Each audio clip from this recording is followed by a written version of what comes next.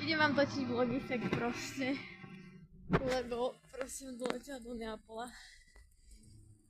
Bola som tu na letisku, hej, snažila som sa nejakú dobu tam spať a neviem čo všetko. Chcela som si tam nabiť elektrika mínus, proste nič, akože reálne, neviem, tak som proste odtiaľ odišla, že radšej budem vonku.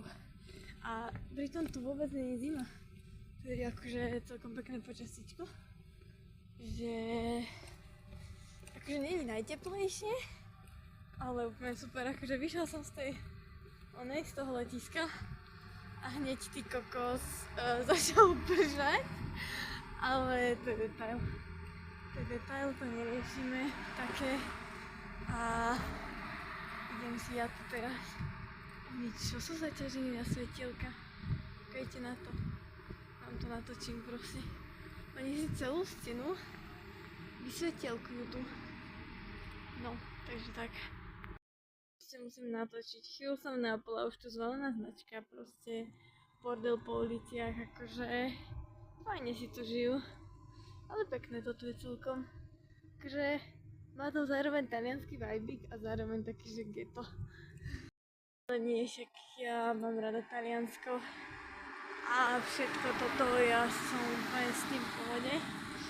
A idem sa teraz proste dostať nejako na väzu a uvidíme, čo z toho bude. Akože milujem riadny bordel, počkajte. Neviem, či to vidíte. Proste hrot strop. Takže tak. To, čo je akože toto. Vypredaj bandasiek, alebo co? Nechám. Ok ľudia, zatiaľ žijem. Google Maps ma z nejakého dôvodu navigovali, že mám ísť proste tu, cez tento múr. Alebo akože, vieš, ako bola tam aj brána, hej, ale zamknutá obrovská brána. No, takže idem to obísť popri tom múre. A zistila som, že neviem, proste volať, čo som zistila. Ja aj, že to za tým múrom je cintorín alebo co, ja neviem, vyzerá to divne. Takže proste idem. Akože proste je to dosť cítiť, že proste človek je v Neapole. Lebo hneď všade stovka riadna. Ale však inak dobre, žijem si a tak, ďobem si tu po chodníku. Trošku zimka už začína, ale to vôbec nevadí. Áno.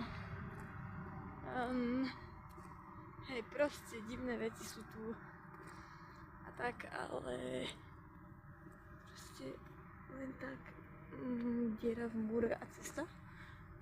Ok. No, takže tak proste neapolský vibík.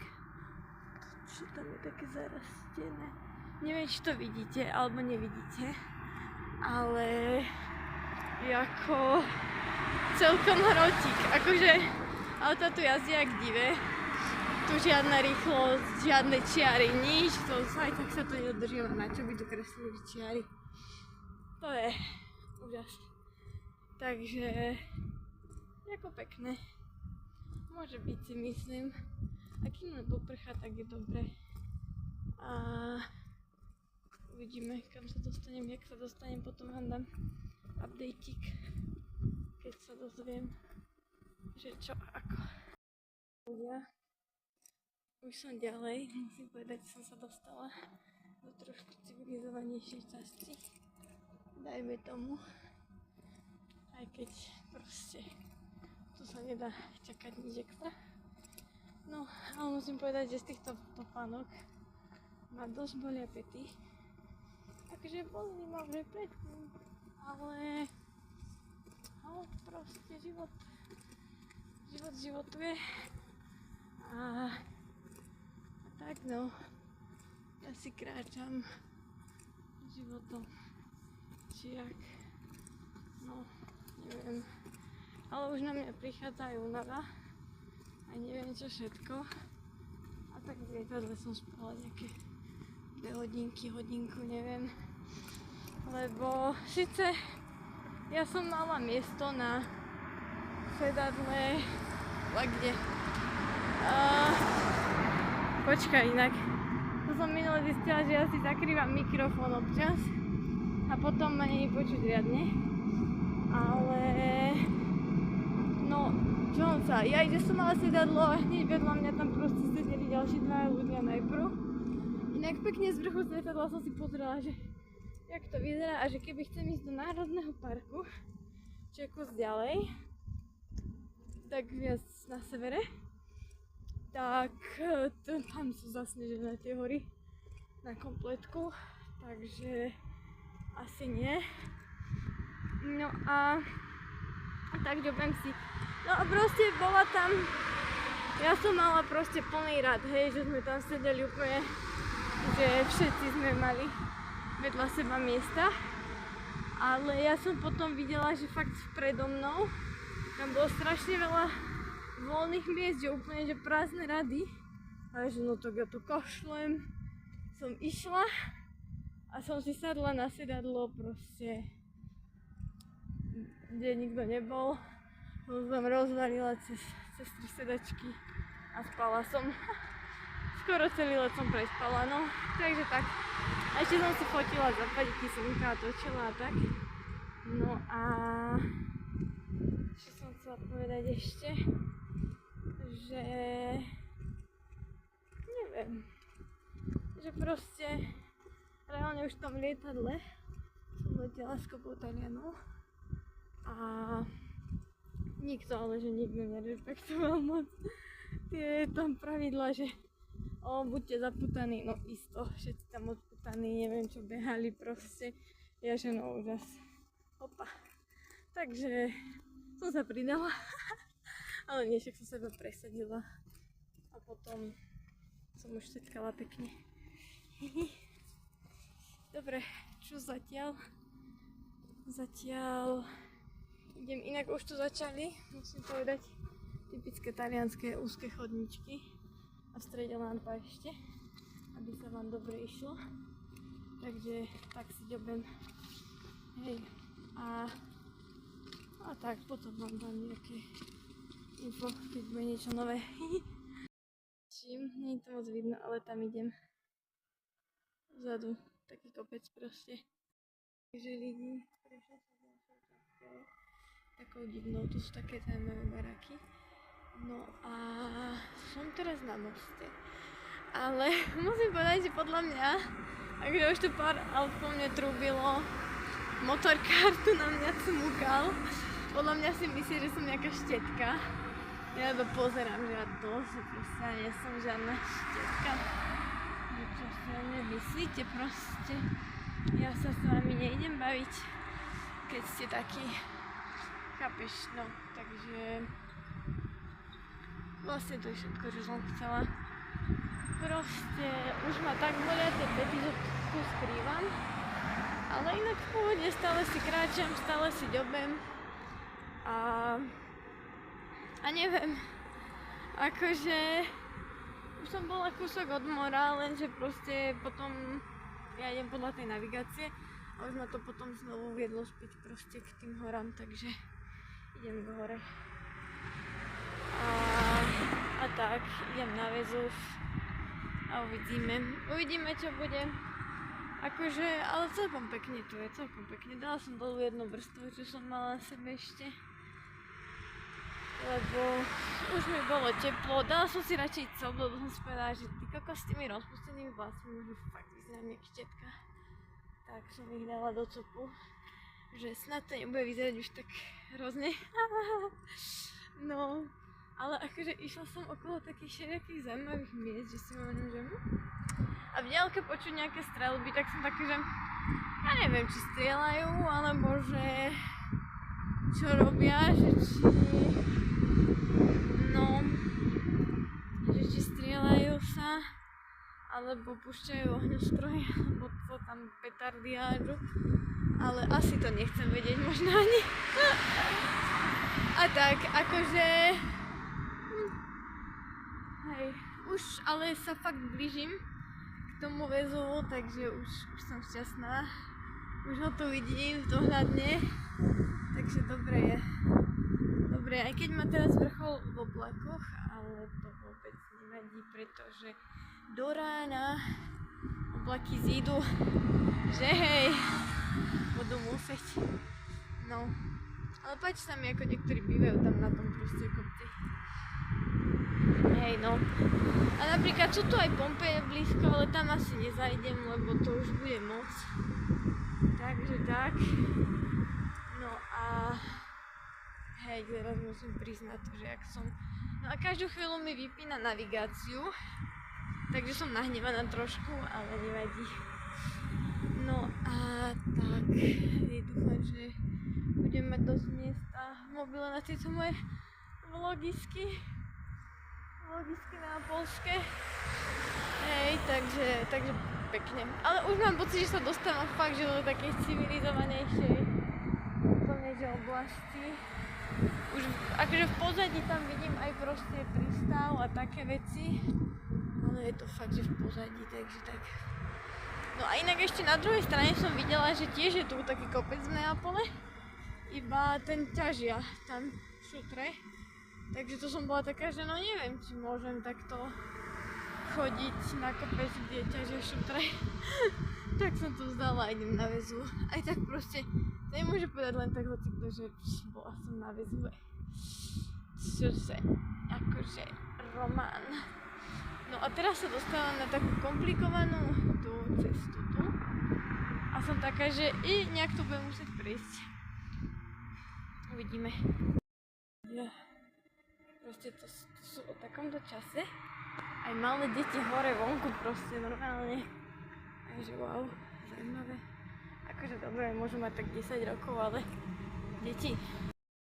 Dal som si pauzu na moriku s výhľadíkom. Trošku. A pristavili pri mne sa za autom taký nejaký párik. Toto on je spajčený. Úplne, akože bolo cítiť z toho to strašne tráva.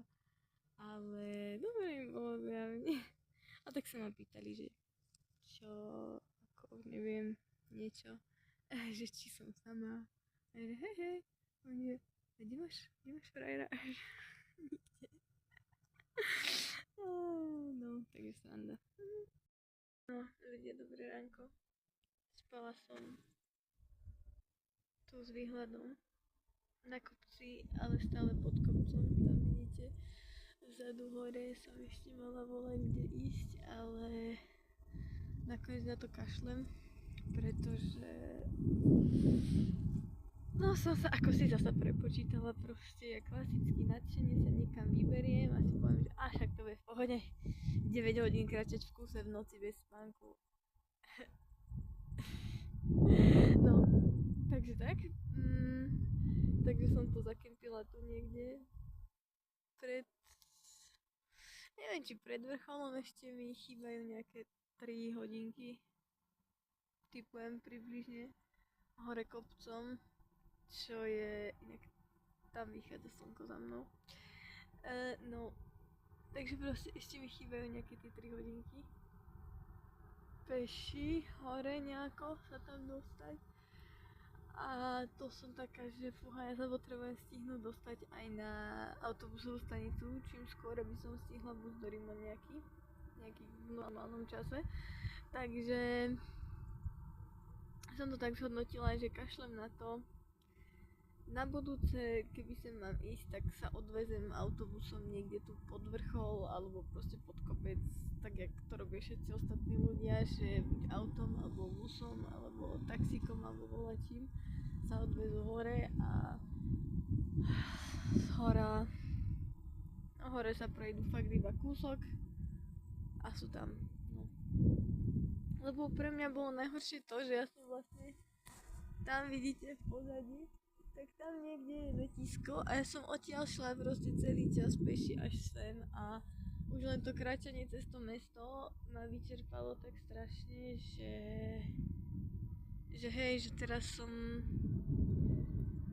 taká bola zničená večer v noci, že už som nechcela ísť ďalej, no a teraz síce by som bola ešte taká nahypená, že si ja to ešte dám, ne, že idem vám natočiť ten východík slnka za mnou, neviem či ho vidíte, lebo ja nič nevidím, no taký, no neuvidíte úplne, lebo proste nie je najlepší, pretože najprv tam bol problém, že boli oblaky, potom tam je tá hora, takže ho neuvidím úplne. No, ešte večer som rozmýšľala, že by som zašla na ten druhý kopec, ale už som bola taká, že aká šla na to, tu mám také pekné závetrie za skalou, lebo ono tu aj dosť kúka.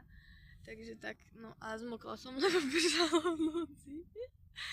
Akože nepremoklo mi to až tak do mojej vrstvy, že spacák mi nepremokol vôbec dovnútra, ale bunda mi začala už ku koncu dosť premokať, takže bundu mám premočenú, ale mám ju na sebe, lebo v podstate nemám na výber.